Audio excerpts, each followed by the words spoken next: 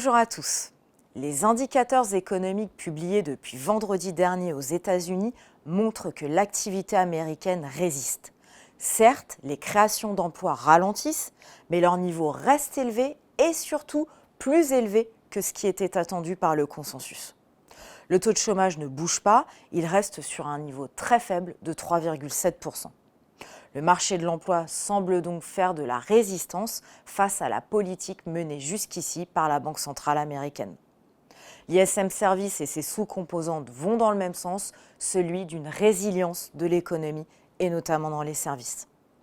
L'espoir d'un changement de politique monétaire s'est donc un petit peu dissipé cette semaine et les marchés actions n'ont pas apprécié. Le Nasdaq affiche cette semaine encore la plus forte baisse à jeudi soir à moins 3,3%, suivi par le S&P 500 à moins 2,6% et le Stoxx 600 à moins 1,7%.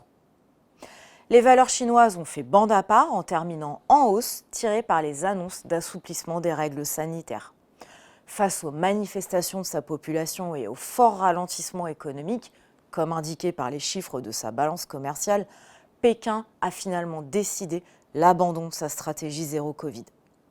Le gouvernement central a donc annoncé la fin des tests systématiques, la fin de l'isolement des personnes positives dans des centres de quarantaine et surtout la fin des confinements de quartiers ou de villes entières. Malgré cette réouverture de l'économie chinoise, le prix du baril de pétrole continue de chuter cette semaine et passe même sous la barre des 80 $.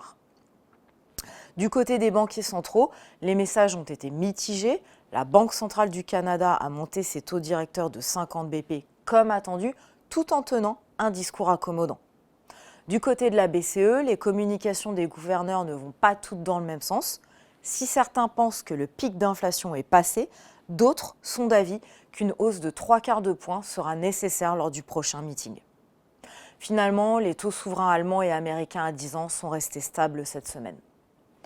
Les investisseurs attendent avec impatience les chiffres de l'inflation américaine qui seront publiés mardi prochain. La hausse des prix est attendue en baisse sur le mois de novembre à 7,3%. Les yeux des investisseurs seront également rivés sur les banquiers centraux américains et européens qui procéderont à une nouvelle hausse des taux directeurs. Pour ma dernière intervention de l'année dans Boucler la boucle, je tenais à vous remercier de votre attention et à vous souhaiter de très belles fêtes. Je vous donne rendez-vous en 2023.